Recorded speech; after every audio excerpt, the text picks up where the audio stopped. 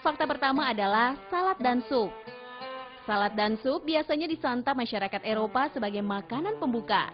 Tapi tahukah Anda sebelum dikenal di Eropa, salad dan sup merupakan hidangan yang diracik dan disarankan dokter muslim untuk dikonsumsi?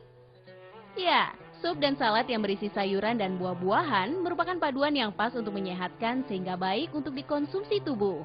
Selain sup dan salad, banyak resep masakan sehat ilmuwan muslim diterjemahkan bangsa Eropa ke dalam bahasa Latin.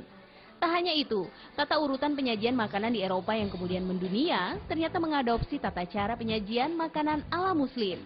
Dua pakar muslim yakni Razes dan Ibnu Zor merekomendasikan tata urutan penyajian makanan mulai dari salad atau sup, lalu hidangan utama dan hidangan penutup. Seluruh rangkaian tadi diakhiri dengan mencuci tangan di meja dengan air mawar. Fakta kuliner asal umat Islam adalah pasta. Ya, penjelajah muslim abad ke-11 Masehi Al-Bakri telah menulis dalam catatan perjalanannya tentang kebiasaan wanita muslim membuat pasta untuk jamuan makan.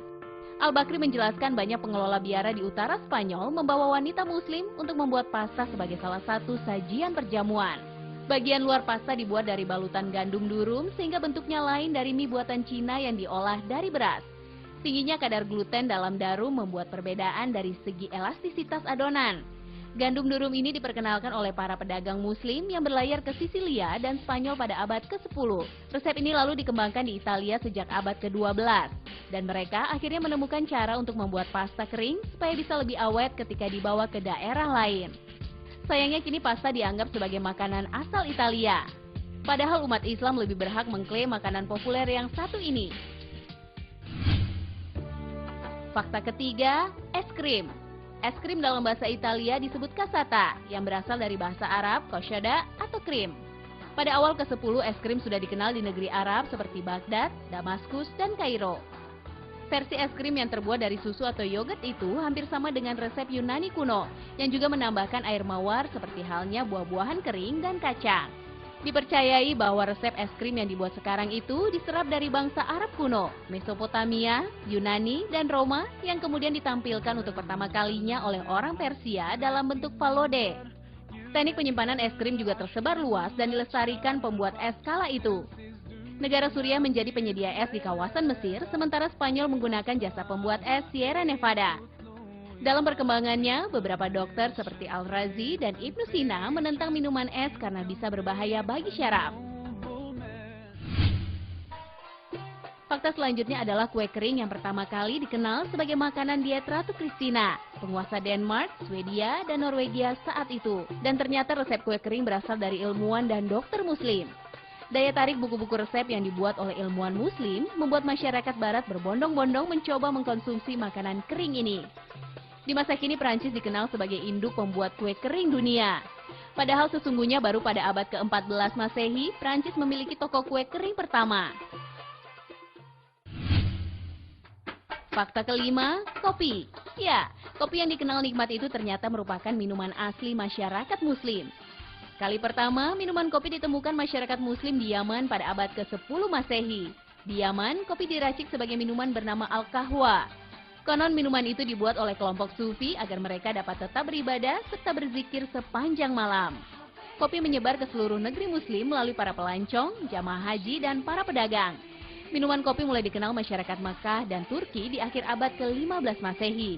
Sedangkan masyarakat Mesir baru bisa mencicipi kopi pada abad ke-16 Masehi. Masyarakat Eropa baru mengenal nikmatnya kopi pada abad ke-17 Masehi.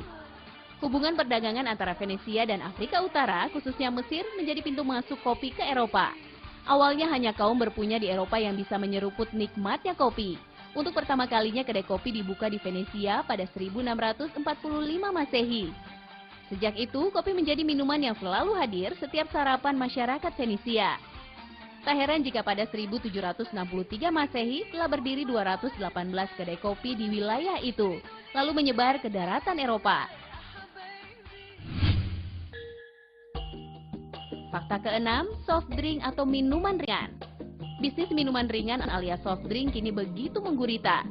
Sebagian besar bisnis minuman ringan kini dikuasai perusahaan Eropa dan Amerika. Tapi ternyata soft drink berawal dan berakar dari komunitas masyarakat Islam di era kejayaan. Minuman ringan yang pertama kali dikembangkan di dunia adalah sherbet. Minuman ringan yang populer di dunia Islam itu terbuat dari jus atau ekstrak bunga atau rempah-rempah dan ditambah gula serta air. Bentuknya mirip sirup dan diminum dengan ditambahi es. Sherbet begitu populer hingga awal abad ke-20 Masehi. Pada era itu masyarakat dunia kesulitan untuk mendapatkan buah-buahan segar. Sherbet berasal dari bahasa Arab, syariba atau meminum. Konon kata sirup juga berasal dari sherbet. Masyarakat Turki Utsmani menyeruput sherbet sebelum dan ketika makan. Di Turki, sherbet disajikan dengan beragam makanan khas Ottoman. Selain masyarakat Muslim Turki, orang Mesir juga memiliki kebiasaan meminum syarab atau sherbet. Orang Mesir memiliki beragam jenis sherbet atau minuman.